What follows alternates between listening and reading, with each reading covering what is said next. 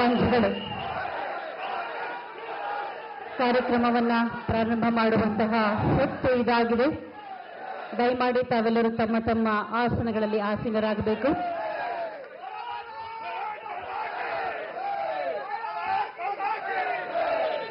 ಬಂಧುಗಳೇ, ಭವ್ಯ ಭಾರತದ ನಿರ್ಮಾಣದಲ್ಲಿ ಮತ್ತೊಂದು ಮಹತ್ವದ ಮೈಲಿಗಲ್ಲು ನಮ್ಮ ಮೆಟ್ರೋ. ಸಮಯದ ಉಳಿತಾಯ, ವಾಯು ಮಾಲಿನ್ಯಕ್ಕೆ ವಿದಾಯ, ಸ್ವಚ್ಛ ಸುಂದರ ಹಸಿರು ಬೆಂಗಳೂರಿಗಾಗಿ ನವ ಅಧ್ಯಾಯ. ನಮ್ಮ ಬೆಂಗಳೂರು, ನಮ್ಮ metro. Ladies and gentlemen, next gen mobility for next gen city. Gift of metro projects worth 22,800 crores. On behalf of Government of India and Government of Karnataka, I am Shankar Prakash. ನಾನು Bhanumati. We welcome you all to this momentous occasion at Namma Bengaluru, the IT city, the BT city, the technological capital of India, and of course now transforming itself into the infrastructure capital of India. ತಮಗೆಲ್ಲರಿಗೂ ಆತ್ಮೀಯವಾದ ಸ್ವಾಗತ ಬಂಧುಗಳೇ. R V ರಸ್ತೆಯಿಂದ ಬೊಮ್ಮಸಂದ್ರದವರೆಗೆ Bengaluru metro ಹಳದಿ ಮಾರ್ಗದ ಉದ್ಘಾಟನೆ. Foundation stone laying for Bengaluru metro phase 3. ಸನ್ಮಾನ್ಯ ಪ್ರಧಾನಮಂತ್ರಿಗಳಾದ ಶ್ರೀ ನರೇಂದ್ರ ಮೋದಿಯವರು ಈಗಾಗಲೇ 3 ವಂದೇ ಭಾರತ್ ಎಕ್ಸ್ಪ್ರೆಸ್ ರೈಲುಗಳಿಗೆ ಚಾಲನೆಯನ್ನ ನೀಡಿದ್ದಾರೆ. Yes, ladies and gentlemen, we now request all of you to kindly rise for the national anthem. ರಾಷ್ಟ್ರಗೀತೆಗಾಗಿ ದಯಮಾಡಿ ಎಲ್ಲರೂ ಎದ್ದು ನಿಲ್ಲಬೇಕಾಗಿ ವಿನಂತಿ. ಜನಗಣ ಮನ ಅಧಿನಾಯಕ ಜಯ ಹೇ ಭಾರತ ಭಾಗ್ಯ ವಿಧಾತ. पंजाब सिंध गुजरात मराठा द्राविड उत्कल बंगा. विंध्य हिमाचल यमुना गंगा उज्जल जलधि तरंगा. तव शुभ नामे जागे, तव शुभ आशीष मांगे. गाहे तव जय गाथा. जनगण मंगलदायक जय हे भारत भाग्य विधाता. जय हे जय हे जय हे जय जय जय जय हे. ಇದೀಗ request you to remain standing for Nadagite. Jaya Bharat Jananiya Tanujate, Jaya He Karnataka Mate. Request all of you to rise once again.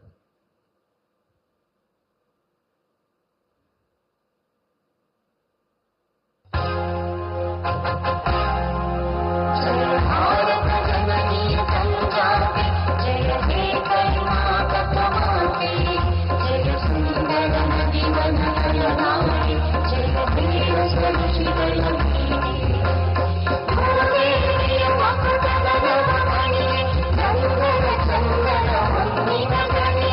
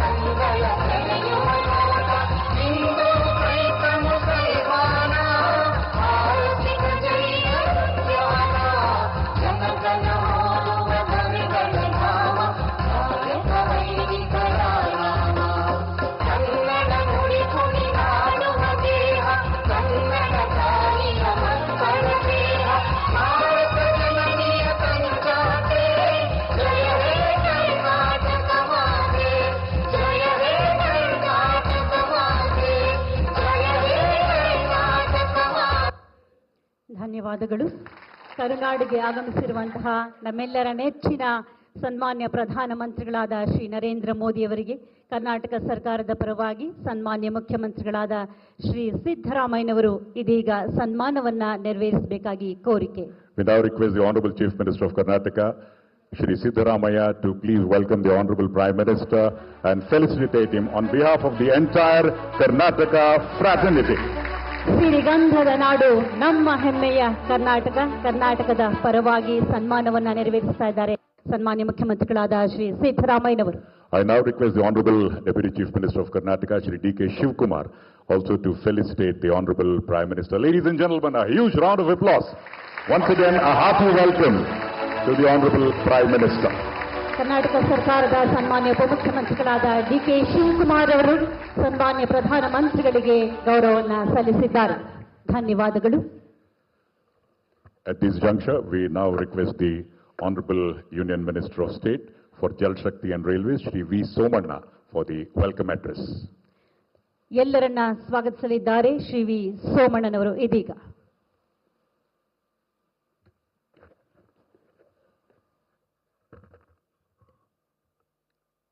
ಬಂಧುಗಳೇ, ಭಾರತ್ ಮಾತಾ ಕಿ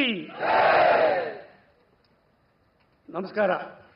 12ನೇ ಶತಮಾನದಲ್ಲಿ ನಮ್ಮ ಬಸವಣ್ಣನವರು ಹೇಳಿದ ಕಾಯಕವೇ ಕೈಲಾಸ ತತ್ವದ ಪ್ರತಿರೂಪವೇ ನಮ್ಮ ಪ್ರಧಾನಮಂತ್ರಿಗಳು. ಬಸವಣ್ಣವರ ಕಾಯಕವೇ ಕೈಲಾಸ ಎಂಬುದು ಕೇವಲ ಶಬ್ದವಲ್ಲ, ಇದು ಮೋದಿಜಿ ಅವರ ಜೀವನದ ಮಂತ್ರ. ಕ್ಷಣ ಕ್ಷಣವೂ ಅಭ್ಯಾಸಿಸಿ ಕಾರ್ಯಗತಗೊಳಿಸಿದ ಅವರ ನಾಯಕತ್ವ ಆಡಳಿತದ ಸಿದ್ಧ ಸೂತ್ರ. ಅವರು 140 ಕೋಟಿ ಭಾರತೀಯರ ಕನಸುಗಳನ್ನು ನನಸು ಮಾಡಲು ದಿನಕ್ಕೆ 18 ಗಂಟೆಗಳ ಕಾಲ ದಣಿವರಿಯದ ದುಡಿಯುತ್ತಿದ್ದಾರೆ. ಅವರ ಜೀವನದಲ್ಲಿ ವಿಕಸಿತ ಭಾರತವನ್ನು ನಿರ್ಮಿಸುವ ಒಂದೇ ಒಂದು ಪ್ರಮುಖ ಧ್ಯೇಯದ ಹೊರತು ಯಾವುದೇ ವೈಯಕ್ತಿಕ ಆಸೆ ಆಕಾಂಕ್ಷೆಗಳಿಲ್ಲ. ತಮ್ಮ ಜೀವಿತದ ಪ್ರತಿ ಕ್ಷಣವೂ ರಾಷ್ಟ್ರಕ್ಕಾಗಿ ಸಮರ್ಪಣೆ ಮಾಡಿ ರಾಷ್ಟ್ರಹಿತ ಸಮಾಜ ಹಿತವನ್ನೇ ತಪಸ್ಸಿನಂತೆ ಆಚರಿಸುವ ಮೋದಿಜಿಯವರು ನಮ್ಮ ಕಾಲದ ಕಾಯಕ ಯೋಗಿ, ಕರ್ಮಯೋಗಿ. ಮೋದಿಜಿಯವರು ಆಧುನಿಕ ಭಾರತಕ್ಕೆ कर्मयोगी है। महात्मा बसवेश्वर ने और वचन में जो पता है, पता को है, कायक योगी मोदी जी है। We can see work is worship in Modi ji life. ऐसे महान व्यक्ति का मार्गदर्शन में केंद्र सरकार में मैं काम कराना मेरे लिए बहुत सौभाग्य का दिन है। विकसित भारतದ ನಿರ್ಮಾಣದ ಸಂಕಲ್ಪದ ಹೊಣೆ ಹೊತ್ತಿರುವ ಮೋದಿಜಿ ಅವರ ನಾಯಕತ್ವದಲ್ಲಿ ಭಾರತ ಯಾರ ಎದುರು ತಲೆಬಾಗುವುದಿಲ್ಲ, ಕೈ ಚಾಚುವುದಿಲ್ಲ। ದುಷ್ಟ ಉಗ್ರರನ್ನು ಹುಟ್ಟಡಗಿಸಲು ಸರ್ಜಿಕಲ್ ಸ್ಟ್ರೈಕ್, ಏರ್ ಸ್ಟ್ರೈಕ್ ಅಲ್ಲದೆ ಆಪರೇಷನ್ ಸಿಂಧೂರದಲ್ಲಿ ತೋರಿದ ಪರಾಕ್ರಮ, ಜಮ್ಮು ಕಾಶ್ಮೀರದ 370ನೇ ವಿಧಿಯನ್ನು ತೆಗೆದುಹಾಕುವ ದಿಟ್ಟ ಧೈರ್ಯಶಾಲಿ ನಿರ್ಧಾರವಿರಬಹುದು। ವೈರಿಗಳ ಎದುರು ಸಡ್ಡು ಹೊಡೆದು ನಿಂತಿರುವ ಆತ್ಮನಿರ್ಭರ ಆತ್ಮವಿಶ್ವಾಸದಿಂದ ಮುನ್ನುಗ್ಗುತ್ತಿರುವ ನವ ಭಾರತದ ದರ್ಶನ ನಮಗೆ ಈಗ ಆಗಿದೆ। ಪ್ರಧಾನಿ ಮೋದಿಜಿ ಅವರ ನಾಯಕತ್ವದಲ್ಲಿ 21ನೇ ಶತಮಾನದಲ್ಲಿ ಹೊಸ ಜಗತ್ತನ್ನು ಮುನ್ನಡೆಸಲು ಸಿದ್ಧವಾಗಿ ನಿಂತ ಪ್ರಪಂಚಕ್ಕೆ ಸಾರಥಿಯಂತಿರುವ ನಿರ್ಭೀತ ನವ ಭಾರತ ಬೆಳೆದು ನಿಂತಿದೆ। ಕರ್ನಾಟಕವು ಸಂತರ, ವಿದ್ವಾಂಸರ ಮತ್ತು ತತ್ವಜ್ಞಾನಿಗಳ ನಾಡು ಎಂದು ಕರೆಯಲು ಹೆಸರಿಸಲಾಗಿದೆ। ಅಭಿವೃದ್ಧಿಯ ನೆಲೆಯಲ್ಲಿ ಯಾವತ್ತೂ ಮುಂಚೂಣಿಯಲ್ಲಿರುವ ಕರ್ನಾಟಕವು ತನ್ನ ಪಾರಂಪರಿಕ ಸಂಸ್ಕೃತಿಯ ಕಲೆ ಸಾಹಿತ್ಯದೊಂದಿಗೆ ಐಟಿ, ಬಿಟಿ, ಎಐಗಳಂಥ ಆಧುನಿಕ ತಂತ್ರಜ್ಞಾನ ಆವಿಷ್ಕಾರದ ಸಮಾಗಮನವನ್ನು ಸಾಧಿಸಿದೆ। ಬೆಂಗಳೂರು ಭಾರತದ ಸಿಲಿಕಾನ್ ಸಿಟಿ ಆಗಿ ಪ್ರಸಿದ್ಧಿಯನ್ನು ಪಡೆದಿದೆ। ಭಾರತ ಜನನಿಯ ತನುಜಾತೆಯ ಕನ್ನಡ ಮನಸ್ಸುಗಳು ತಾಯಿ ಭಾರತೀಯ ಹೆಸರನ್ನು ವಿಶ್ವ ಮಟ್ಟದಲ್ಲಿ ಬೆಳಗಲು ಕಾತರರಾಗಿದ್ದಾರೆ ಪ್ರಧಾನಿ ನರೇಂದ್ರ ಮೋದಿಜಿಯವರು। ಭಾರತದ ಅಭಿವೃದ್ಧಿಗೆ ಹೊಸ ಭಾಷ್ಯ ಬರೆದಂತ ಶ್ರೀ ನರೇಂದ್ರ ಮೋದಿಜಿಯವರು ನಮ್ಮ ಕಾಲದ ನಿಜವಾದ ಸಂತ, ದಾರ್ಶನಿಕ ನಾಯಕ। ಗೌರವಾನ್ವಿತ ಪ್ರಧಾನಮಂತ್ರಿ ನರೇಂದ್ರ ಮೋದಿಜಿಯವರನ್ನು ನಮ್ಮ ಬೆಂಗಳೂರು ನಾವು ಹೃತ್ಪೂರ್ವಕವಾಗಿ ಸ್ವಾಗತಿಸುತ್ತೇವೆ। ನಾಡಪ್ರಭು ಕೆಂಪೇಗೌಡರು ಕಟ್ಟಿರುವ ಬೆಂಗಳೂರಿಗೆ ಆಗಮಿಸಿರುವ ಆಧುನಿಕ ಭಾರತದ ಕನಸುಗಾರ, ವಿಕಸಿತ ಭಾರತದ ವಿಶ್ವನಾಯಕ, ಕಾಯಕ ಹೋಗಿ ಹೆಮ್ಮೆಯ ಪ್ರಧಾನಮಂತ್ರಿಗಳಾದ ಶ್ರೀ ನರೇಂದ್ರ ಮೋದಿ ಅವರಿಗೆ ನಾವೆಲ್ಲರೂ ಎದ್ದು ನಿಂತು ಅವರನ್ನು ಸ್ವಾಗತ ಮಾಡ್ತಕ್ಕಂಥದಕ್ಕೆ ನಾವೆಲ್ಲರೂ ಕೂಡ ಎದ್ದು ನಿಂತು ಸ್ವಾಗತಿಸಬೇಕು ಅಂತ ತಮ್ಮಲ್ಲಿ ನಾನು ವಿನಂತಿ ಮಾಡ್ಕೊಳ್ತೀನಿ.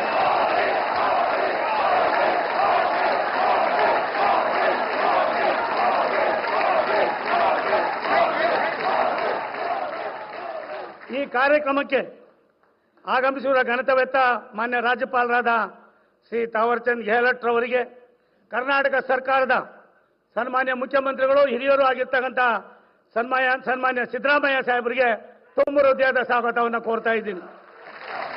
ಹರಿಯಾಣದ ಮಾಜಿ ಮುಖ್ಯಮಂತ್ರಿ ಹಾಗೂ ಕೇಂದ್ರದ ಸಚಿವರಾಗಿರ್ತಕ್ಕಂಥ ಸನ್ಮಾನ್ಯ ಶ್ರೀ ಮನೋಹರ್ ಲಾಲ್ ಅವರಿಗೆ ಹಾಗೂ ನಮ್ಮ ಮಾಜಿ ಮುಖ್ಯಮಂತ್ರಿಗಳು, ಕೇಂದ್ರ ಸರ್ಕಾರದ ಮಂತ್ರಿಗಳು, ನನ್ನ ಆತ್ಮೀಯರು ಆಗಿರ್ತಕ್ಕಂಥ ಶ್ರೀ ಎಚ್ ಡಿ ಕುಮಾರಸ್ವಾಮಿ ಅವರಿಗೆ,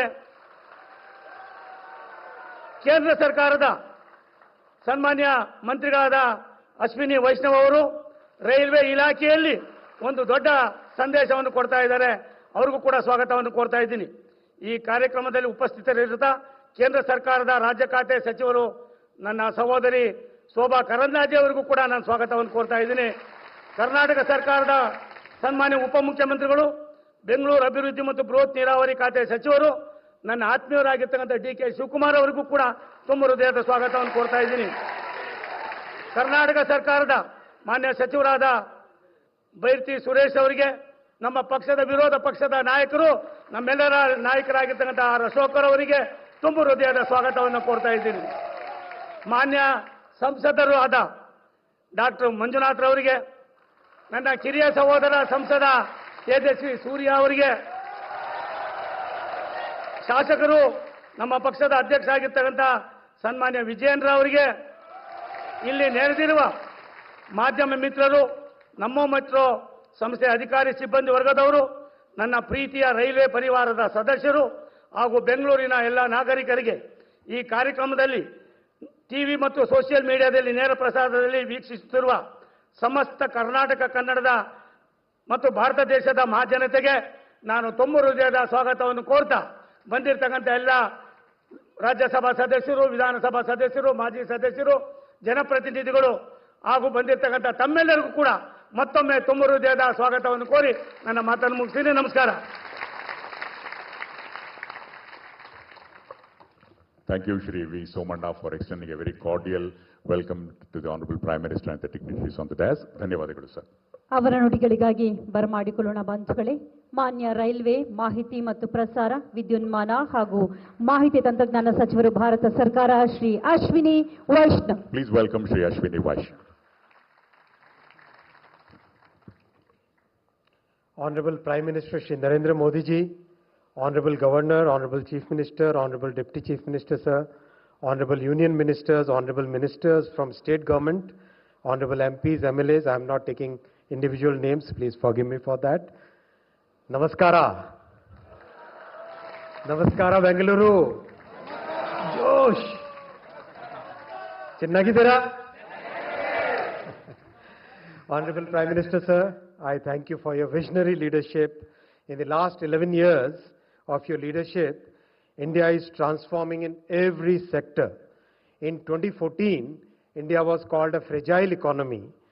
Today, India is considered as a bright spot in a world filled with uncertainty. I will share the details of transformation in two sectors, electronics and railways. First, electronics sector. Our electronics production has grown 6 times in the last 11 years. Today, electronics manufacturing has touched 12 lakh crore rupees. Electronics exports has gone up 8 times. 11 years ago, nobody could think that we will be exporting electronics. Today, it has crossed 3 lakh crore rupees. India has become second largest manufacturer of mobile phones in the world. And now, in our Bengaluru, Namma Bengaluru, Devanalli is becoming a major iPhone manufacturing hub. India has become the top smartphone supplier to which country? to USA, overtaking all other countries. Friends, AI is shaping our world today. Our Prime Minister's vision is of democratizing technology. It should be accessible to all. It should not be within the limits of a few. It should be available to all.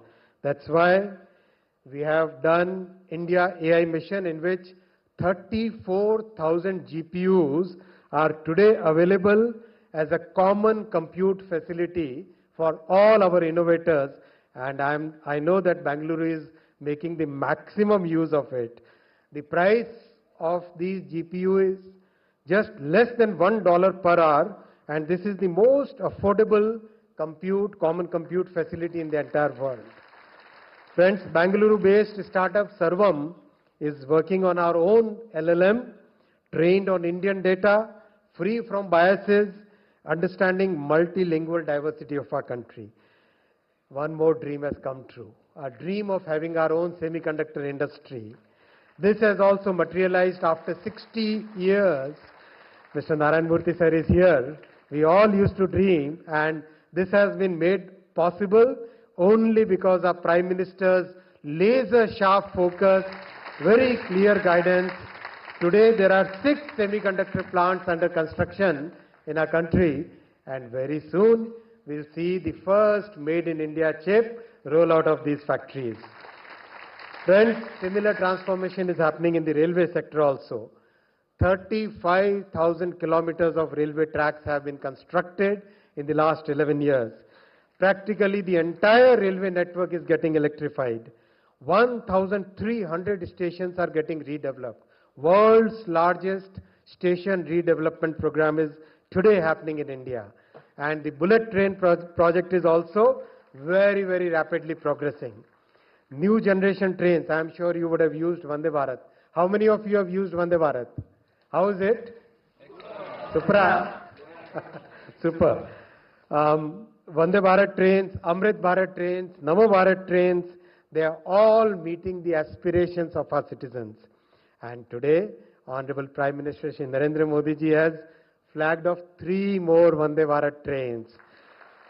Bangalore to Belagavi, Nagpur to Pune in Maharashtra, and Shri Mata Vaishno Devi Katra and Jammu to Amritsar. Friends, I'll give you a very, very important budget number. The young friends in the audience, please note it. Railway budget for Karnataka used to be a meager 835 crore before 2014. 835 crore. Such an important state, Karnataka. Today, our Prime Minister is giving 7,500 crore rupees. Please give a standing ovation for our Prime Minister.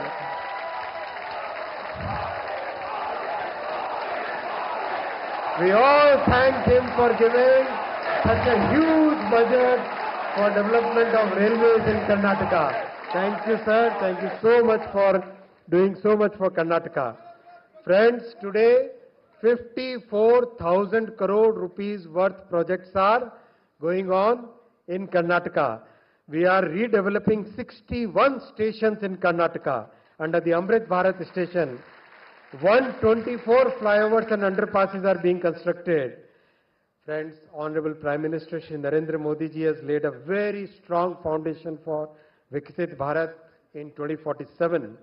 The entire nation is participating in achieving this collective dream of our nation.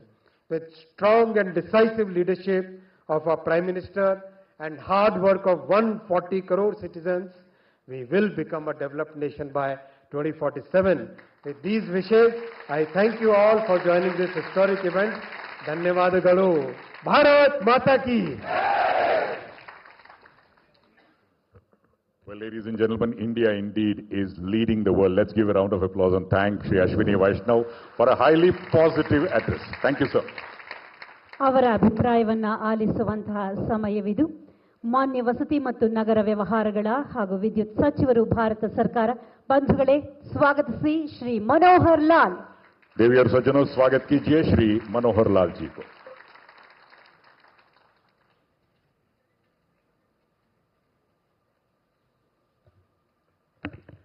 Bharat माता की. मित्रों छत को ही पता नहीं लगा। भारत माता की धन्यवाद। आदरणीय प्रधानमंत्री श्री नरेंद्र मोदी जी, कर्नाटक के हमारे राज्यपाल आदरणीय श्री थावरचंद गहलोत जी, आदरणीय मुख्यमंत्री श्री सिद्धरामैया जी, आदरणीय रेल मंत्री भारत सरकार श्री अश्विनी वैष्णव जी, आदरणीय उप मुख्यमंत्री श्री शिव कुमार जी, आदरणीय भारत सरकार उद्योग मंत्री श्री एच.डी. कुमारस्वामी जी, उपस्थित सभी भारत सरकार के और प्रदेश सरकार के मंत्रीगण, सांसदगण, विधायकगण, विभागों के सभी अधिकारीगण, बेंगलुरु से उपस्थित हमारे भाइयों बहनों, सबसे पहले आपको नमस्कार करता हूं, आपका स्वागत करता हूं। मित्रों, बेंगलुरु एक सिलिकॉन सिटी इस नाम से जाना जाता है, न केवल देश में बल्कि दुनिया में विख्यात है। और आज हमारा सौभाग्य है कि इस बेंगलुरु की समस्याओं के हल के लिए, क्योंकि यातायात अपने आप में यहाँ का एक बड़ी समस्या है, उसको हल करने के लिए प्रधानमंत्री जी ने एक बहुत बड़ा जो कार्यक्रम किया है, ये उद्घाटन का और शिलान्यास का, मैं प्रधानमंत्री जी का इसके लिए धन्यवाद करता हूं। बेंगलुरु मेट्रो रेल प्रोजेक्ट्स, इसमें जो yellow railway line RV road से और बम्मा सनांद्रा, ये रेलवे लाइन, ये मेट्रो लाइन अपने आप में समय की आवश्यकता है, क्योंकि रोड ट्रैफिक जितना बेंगलुरु में है, इससे आप सब भली भांति परिचित हैं। मेरी जानकारी के हिसाब से बेंगलुरु में आबादी 1,40,00,000 है और यहां अगर वाहनों का रजिस्ट्रेशन देखा जाए सब प्रकार के, तो 1,20,00,000 वाहन और बेंगलुरु का रजिस्ट्रेशन है, ऑलमोस्ट 1 व्हीकल पर पर्सन।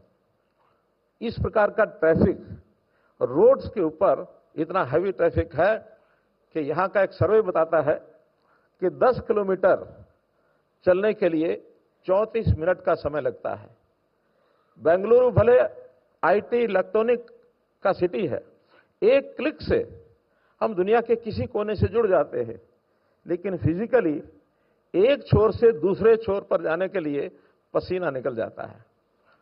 ये बहुत बड़ी समस्या, इसका हल करने के लिए जैसा मैंने बताया, येलो रेलवे लाइन का तो उद्घाटन किया और साथ में फेज 3 जो अगले चरण में बनना शुरू होगा, इसका शिलान्यास भी किया है। और इस कार्य को करने के लिए मैं मेट्रो के विभाग को, यहां के एडमिनिस्ट्रेशन को, विशेष तौर पर यहां के युवा सांसद तेजस्वी जी को बधाई देता हूं, जिस प्रकार से ये प्रधानमंत्री जी के पास लगातार गए, लगातार हमारे विभाग में भी आए और पिछले दिनों में कोलकाता से इसी मेट्रो के 3 बोगीज को और वहां से हरी झंडी देकर के वहां से यहां लाया गया, उस कार्यक्रम को भी उन्होंने कराया है। तो मैं ये कहूंगा कि कोई भी प्रोजेक्ट को सफल करने के लिए कोई ना कोई एक व्यक्ति अगर पीछे लग जाता है तो निश्चित रूप से उसका सफलता उसके पीछे छुपी होती है। हम जानते हैं कि दुनिया में अर्बनाइजेशन बहुत बढ़ रहा है। आज हमारे भारत की आबादी 35% अर्बन सेक्टर की आबादी है और जैसा अनुमान लगाया जा रहा है 2047 तक ये आबादी 50% शहरी आबादी हो जाएगी। तो जिस प्रकार से आबादी बढ़ रही है, उस प्रकार से उसका इंफ्रास्ट्रक्चर बढ़ना ये भी बहुत आवश्यक है। यहाँ मेट्रोज की आवश्यकता है, यहाँ आरआरटीएस की आवश्यकता है, ई मोबिलिटी की आवश्यकता है, ई बसेस की आवश्यकता है, पाथवेज की आवश्यकता है, ताकि आना जाना ये सुलभ हो जाए, ताकि ये ट्रैफिक की समस्या भी दूर हो। और दूसरा प्रदूषण भी, रोड ट्रैफिक जो खास करके पेट्रोलियम पर, डीजल पर चलने वाला, इसके कारण से प्रदूषण बढ़ता है। उस प्रदूषण की कमी के लिए भी मेट्रो अपने आप में एक योगदान दे रहा है।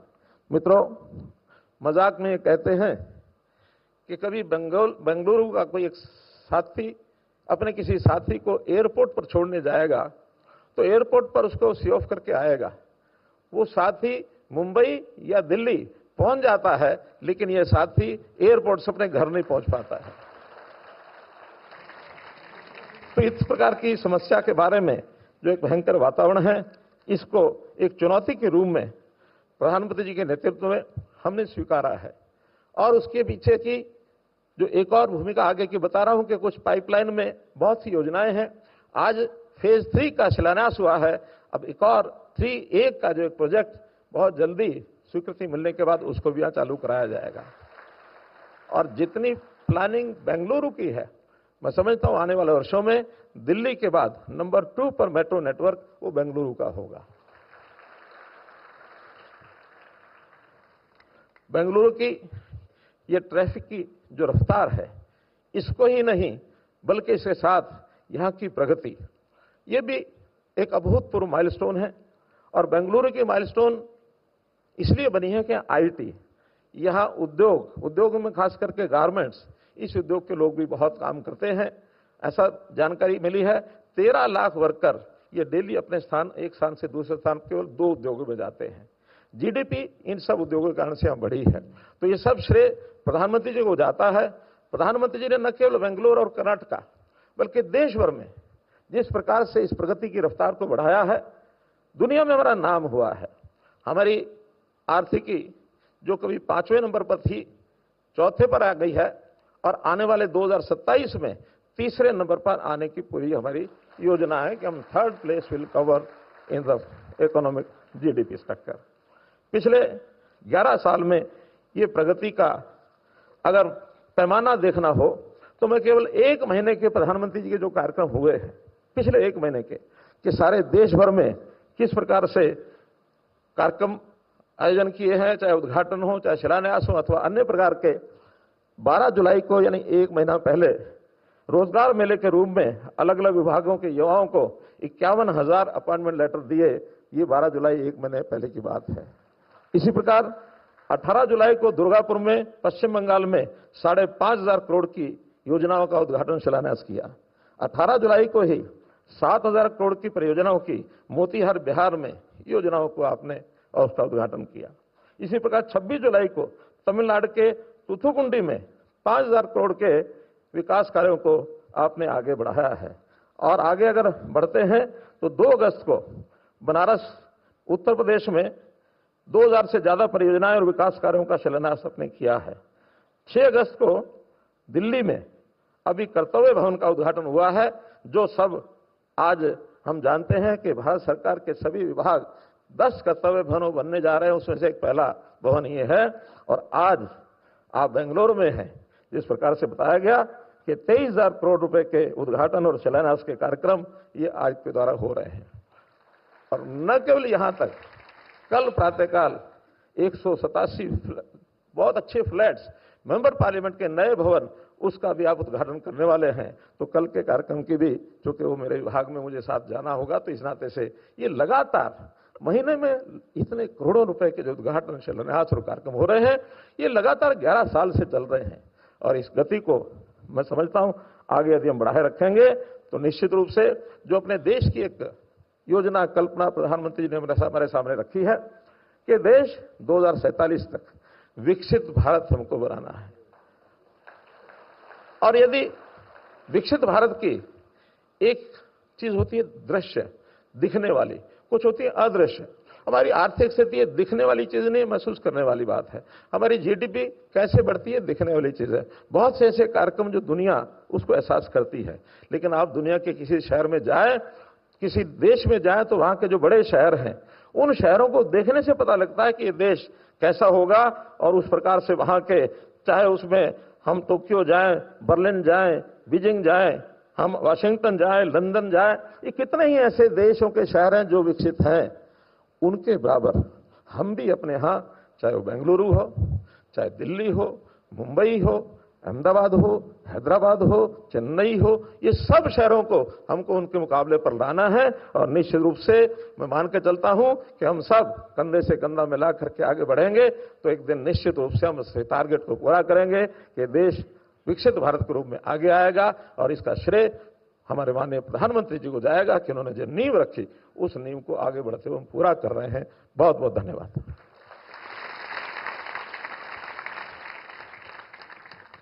Ladies and gentlemen, development is a continuous process. Let's once again give a round of applause and thank the Honorable Shri Manohar Lal for a highly thought-provoking